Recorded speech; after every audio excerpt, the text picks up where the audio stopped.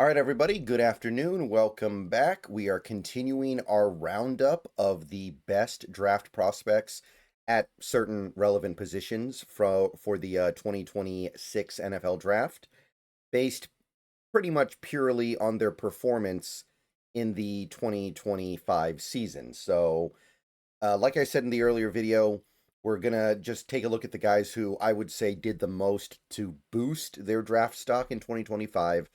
We're going to try to keep it to players that actually have a either 100% or, let's call it at least 70% chance of actually being drafted. And it's just to get an idea of the risers. And once we get to the off season, we have the combine, we have pro days and stuff like that. We're going to have new risers based on different criteria that has nothing to do with the actual play that we saw from these guys on the field. So, offensive line now, let's get it. All right, guys, let's take a minute so I can tell you guys about Sleeper. I'll tell you a little secret as well. It's more than just a platform for fantasy leagues. This year, millions of users have enjoyed playing fantasy sports on Sleeper, but there's so much more to it. You have live stats, real-time updates of all stats. You have a news feed with lightning-fast updates on players and teams, and a real-time chat where you can engage with other users about plays, performances, games, all kinds of stuff during the sports season. So download Sleeper, experience it for yourself, and don't forget to use my promo code SBN to get up to a $100 match on your first deposit, and pair that with their new promo that will give you a free $20 entry, no deposit needed. So you can use both of those promos. Terms and conditions apply. See Sleeper's terms of use for details. Currently operational in over 25 states and going. So check out Sleeper today and use those promos.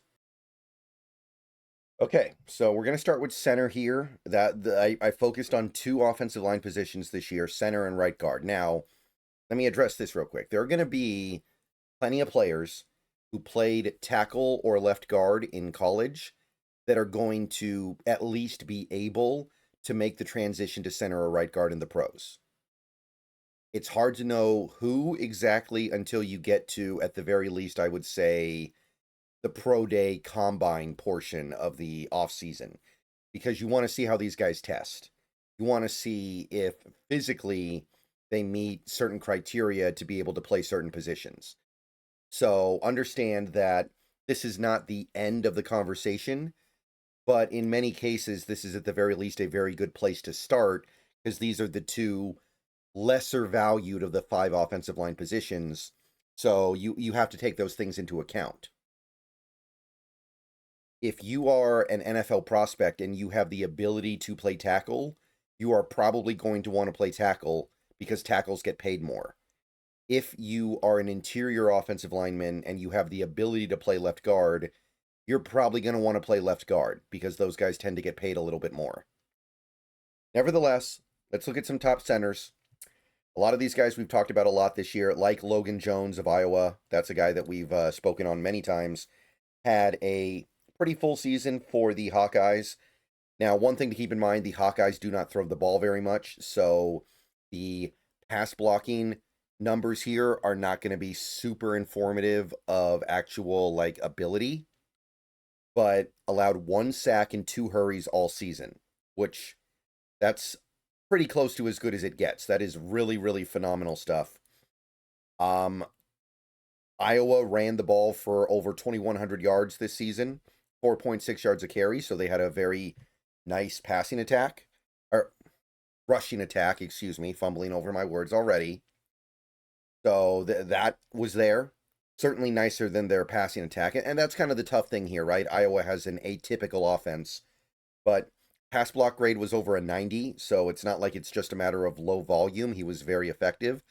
79.1 run block grade, so very good there as well. 84 overall. He's going to be one of the top centers drafted this year. I do think that he's a lock to be drafted, and I do like him. I think these Iowa offensive linemen tend to have lower ceilings sometimes, but they do have high floors.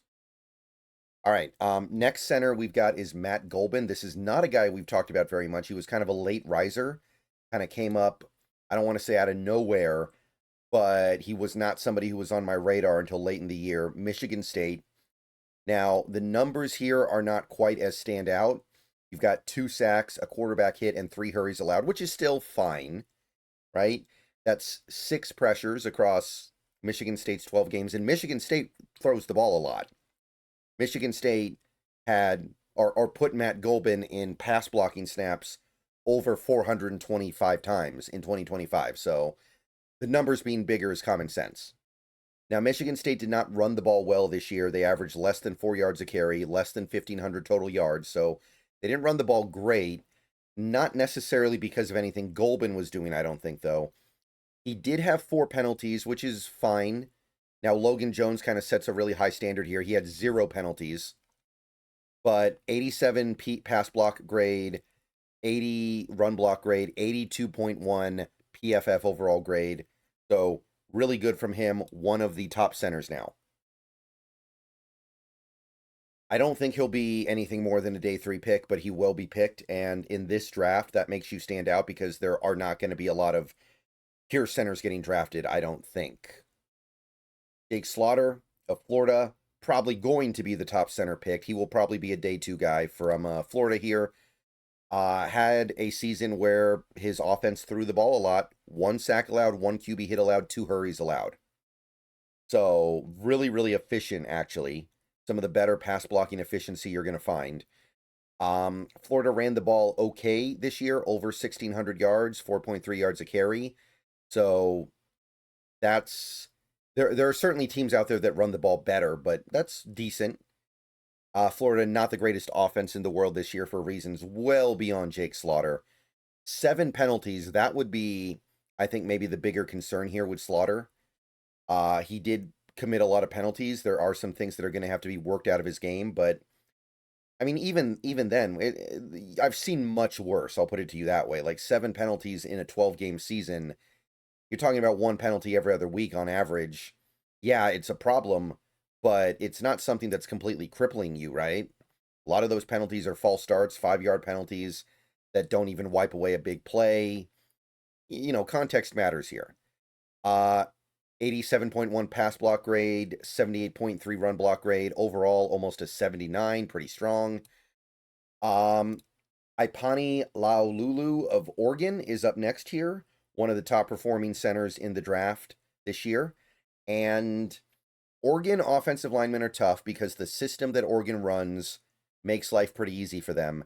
And honestly, his pass block numbers are not out of this world. He allowed 1 sack, 1 quarterback hit, and 4 hurries, which is fine. The thing is, Oregon didn't even throw the ball 350 times this year. Or, I should say, have Laululu pass block 350 times this year. So the efficiency isn't amazing, but what is amazing, Oregon's rushing attack, 2,621 rushing yards, almost 6 yards a carry. That's insane. And Laululu is a big part of the reason why they do run the ball so well. 4 penalties, pretty manageable, workable. Pass block rate is really, really high, 88. His run block rate is actually just kind of decent, which is weird. You would think it would be the other way around. Again, PFF grades, a little bit questionable, right? I think the grading, you know, it's interesting. It's often kind of weird.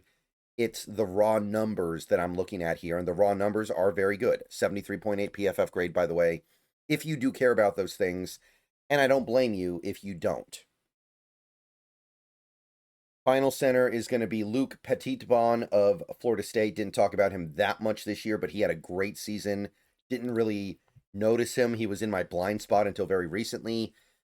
3 hurries allowed all year, no hits, no sacks on over 400 pass blocking reps, which is crazy good.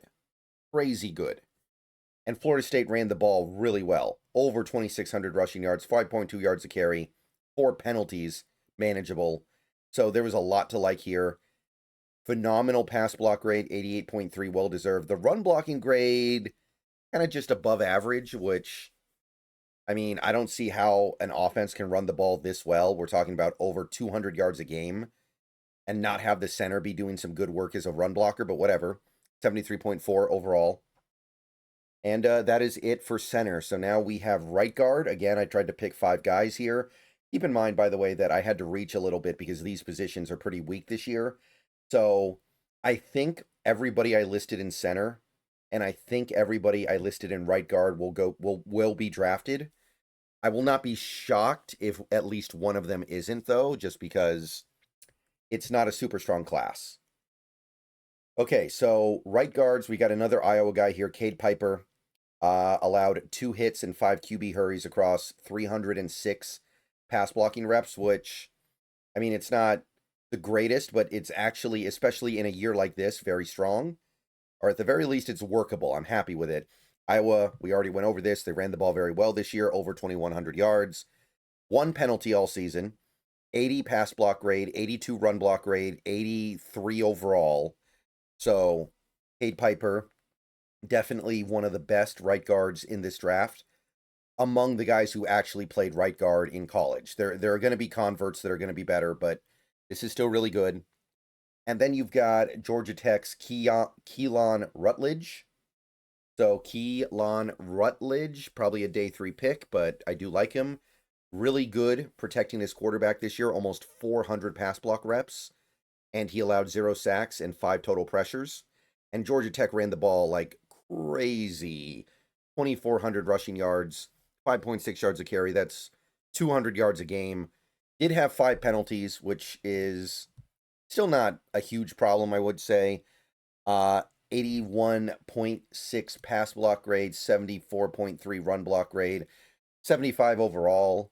So insofar as that we care about PFF grades, which often we don't, very strong. Again, remember, it's really hard to stand out, I feel like, as a right guard. So grading, you don't see a lot of guys go over the top with the grades, it feels like, at a position like this because of the nature of it. Okay, next guy is going to be Kobe Baines of Kansas. Kansas churning out another NFL caliber, not great, but an NFL caliber offensive lineman. 11 hurries allowed, which is kind of high, but it's over 400 pass blocking snaps and 0 hits and 0 sacks. So the pressures that he allowed were of less significance than a typical pressure. So I feel like there should be some consideration there. Kansas ran for over 2,000 rushing yards this year, 4.7 yards a carry, so they ran the ball very well. Very weighty. 6 penalties, not great. 77.7 pass block grade, 72.9 run block grade, 72.9 overall. Strong, well-rounded, good game. So I look at Kobe Baines and I see a guy who belongs in the NFL. I don't know if he's a starter, but we're talking about right guards here, right? You don't need to be great to be a quality NFL right guard. You just need to be stable and competent, and I think Kobe Baines could be that. 2 more guys here. We've got Armaj Reed Adams of Texas A&M. Allowed 1 sack and 11 hurries this year. By the way, he's still got more games to play because Texas A&M is probably a deep run in the playoff team at this point. But not the greatest pass blocking numbers because it was only 330 snaps, but still totally workable. Texas A&M, elite rushing attack, almost 200 rushing yards a game, 5 yards per carry, 9 penalties, dicey, right? And the grading, I mean, the pass block grade is not super strong. The run block grade is pretty nice. And the overall grading is solid but not stellar, which feels about appropriate if you take a look at his numbers. So I'd say that's probably about, at least, it's got the right idea. So Reed Adams, probably going to be a late day 3 pick, but I do think he'll get picked. Finally, we got Logan Taylor of Boston College. Again, we're kind of sort of scraping the bottom of the barrel here. The thing with Logan Taylor that's interesting, he played a decent amount of tackle this year, and he played some left guard this year. So he actually played all over the offensive line for Boston College. So some of his numbers are going to be a little bit skewed because he had to play out of position a lot. 2 sacks, 13 hurries, not great. 1,200 rushing yards, bad. Boston College, not really a running team. 3 penalties is good, though. PFF grades, 71.2 pass, 73.8 run, 71 overall. Remember, that's including the games that he played where he was out of position. So fun little utility player who would probably be better if he got to play right guard all the time. All right, guys, that'll do it. I'll see you guys later. Go Hawks. More stuff coming soon.